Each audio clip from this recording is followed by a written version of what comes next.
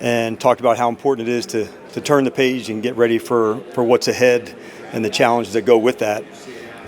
Honestly, it's a similar message today. The biggest difference is the record. And they were way different, but the message should still be similar each and every year as you're going through it and the process that you go through to get there. So whether you kick ass and throw a hell of a year or not nearly enough wins, the only carryovers I really want are the lessons that you want to take, from that season and don't repeat them again. And there are plenty for us. But as it begins, there's a cool part to this process. We had free agency meetings last week. Now here and doing a lot of the interviews in the evenings. There's a lot of cool things that start during this week in envisioning, what parts of your team could look different, by adding some of the players. So with all that said, glad to get rocking with you guys, and we'll go through it all. Coach, I know you're a huge supporter of emerging vets and players. How much do you lean on mental health for your players and these guys that are coming out to mental health? Yeah, it's a big deal, and I think, first off, it's heartbreaking to hear, about Rondale. But I'm hopeful that we get to a point that we're not talking about mental health just when a tragedy hits, but that we're talking about it on a regular basis. Then we know we're making real strides in that. One of the things from the NFL standpoint, the advancements we've made is in player engagement and knowing that each team, has a full team there ready to help and support and put those resources into effect. But that would be my my hope that we're talking about it way more than just when tragedy takes place. We'll get back to Coach Quinn here in just a second, guys, but I just want to let you guys know that we're going to have great NFL Combine coverage from Indianapolis here from our team at Chat Sports all week long when it comes to the Washington Commanders. Free daily videos all throughout this week, breaking down the latest rumors coming out of Indy, as well as all off-season long. We've got draft coming up. Free agency stuff is coming right around the corner as well. And all of our content is interactive and informative stuff. We go live every single Wednesday. All that great stuff you can find on this channel. So join the over 50,000 strong already subscribe to the channel here by clicking that subscribe button if you haven't already. With that, let's get back to Coach Q.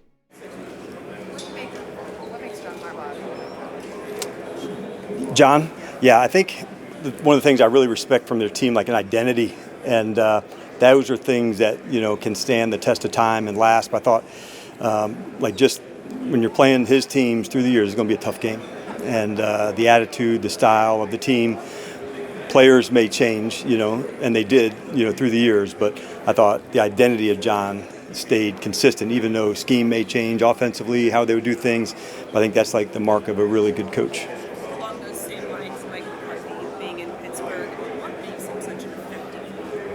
Yeah, isn't that awesome to have Mike back and in Pittsburgh of all places? It's such a cool thing. He has such pride of being from Pittsburgh, and so any of us that know Mike, we've all heard Pittsburgh stories. But I think it's fitting for him to go there because when I think of Mike, I think of discipline, I think of toughness, I think of things that, like we were talking about Harbaugh, that stand the test of time in coaching.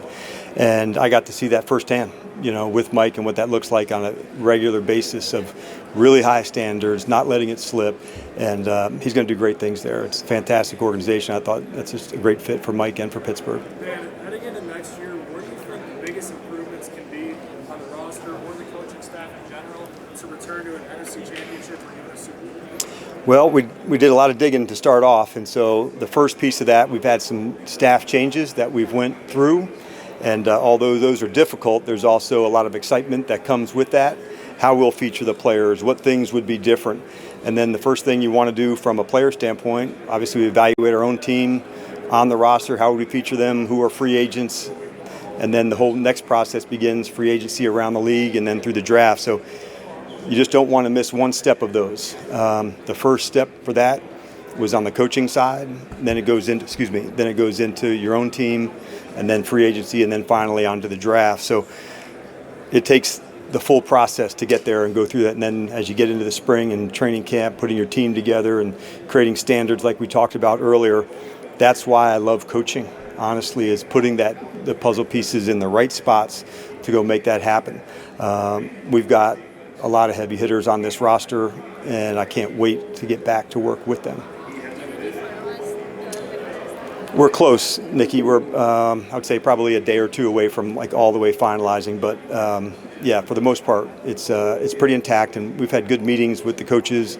They've begun that process. We had a week last week where a lot of it was devoted to free agency, but it's been nice to see David and Durante and the staffs, kind of build their connection as they're talking through systems together.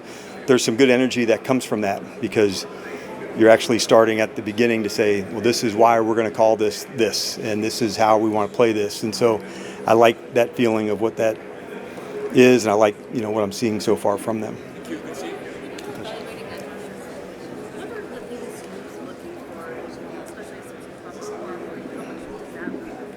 Yeah, it matters a lot because that ability to affect the QB, it's one of the biggest tenets in winning the game, for obviously scoring and that, but the ability to hit and pressure the quarterback. It also forces takeaways. Those are like things. So you want to see somebody that has demonstrated speed and initial quickness to beat somebody on the field. And I think that can be one thing as we get into this week and you hear timings and that, hey man, let's go back to that demonstrated speed on the field and playmaking ability. And so that at the top is what I see. But beating somebody to the punch, having an explosive, get off to make someone feel like overwhelmed, that's what all of the great rushers have.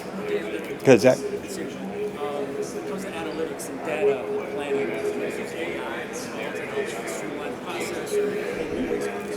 Yes, and it keeps gaining momentum and strength, and it's one of the things I love about Coaches Act because what we once did, 10 years ago is different than how we do things today, where analytics was just called statistics, and we use those in certain ways, and now that's grown as much. And how do we simulate models for game management? How can we simulate in-game practice? Models to show coaching down and distances, different personnels, points of the game.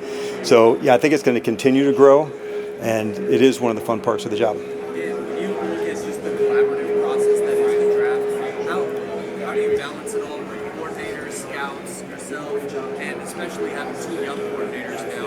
How do you value their input? Yeah, and I'd say it starts with Adam, wanting to be collaborative with the coaches, and the coaches also being able to deliver the information that Adam and the scouts need as well. And so there's nothing, the college scouts who are on the road, at the schools, at the games live, they start the entire process and drive so much of it. And so the coaches get to come in and add a vision of what the player could become in our system. So there's definitely a blend that I think takes place.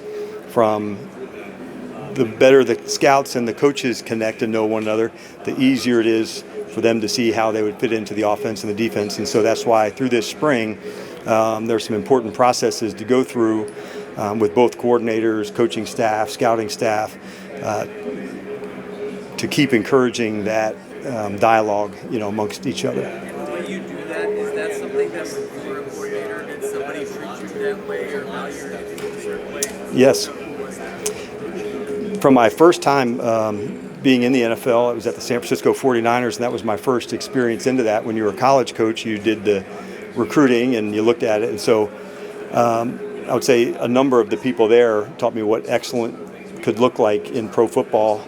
A guy by the name of Bill McPherson, who had been a coach and was the pro director at that time, talking about DPRs. At that time, I didn't know what that was, and how would you feature a player or a short yardage fullback, and how different players help the roles and how they go to win. And so since that time, I've been much more interested in what a player can do and how would we feature them than the traits of things that they don't have. And I think that's where it all comes together, as opposed to what a player can't do. Is what can they at the very highest level, what makes them so unique and excellent, and try to put them in those spots as often as you can. As somebody who's in your self-assessment as you are, what do you think kind of take away from this past year and change for this year? Because that already started. Yes, it definitely has already started. I would say, how I'm structuring my own time, I think, is a big piece of that too, Ben. But as we're going through the spring, as we're getting into training camp, those are other things that you'll see some differences that, that would feel differently for me and for the players. So there's a lot that I'm going into, and the systems and the processes that we're going through. I've actually started that before it was the end of season evaluations, then the the free agency process. So I've tried to implement as many of those as I could to make sure I'm hitting all of those at the highest level that I can. Now that you guys have been several years of players like transferring a lot or making decisions to make sure you're not interested, has that changed the way you have to evaluate as far as grading the combine? I don't think it's changed the way you evaluate, but I do think there's a different perspective of them coming in with their first paycheck. That was a question years ago, what are you going to get, or when you have this signing bonus? And so the fact that some of that's already taking place, there's actually a little less of that for the player when they come, to your organization right away. So in some ways, there's some advantages that I feel. It's interesting to hear the different spots along the ways. Why do guys transfer? Was it opportunity or for more playing time, or a financially better scenario for themselves? And hearing those stories are helpful, but the evaluation piece has stayed consistent. It does help that you now can even see him in a different system. Okay, what was he playing here? What was that the year prior? How would that look like? And so having different connection points to that, I think that does help.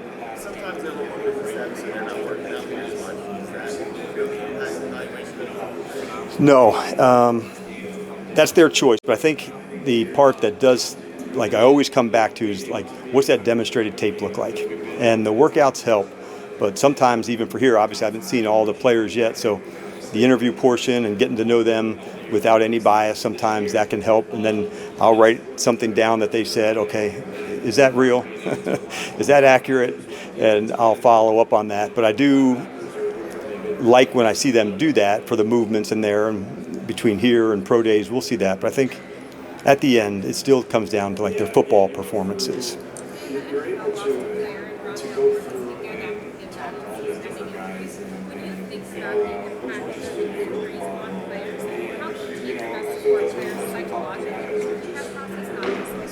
Yeah, it's a big topic. And earlier we were talking about the mental health, not just when a tragedy, or in this case that you're referring to is when an injury takes place, but making sure how's the ball player doing, also, and more importantly, how's the man doing, knowing that you do feel isolated and separate from the team in those spaces. And so I can't speak for everyone else, but for my own spot, I want to check on them first to see how they're dealing with the injury, dealing with the surgery, because on the swing, when it's getting closer, that's easier, because then there's something close to back to returning to play.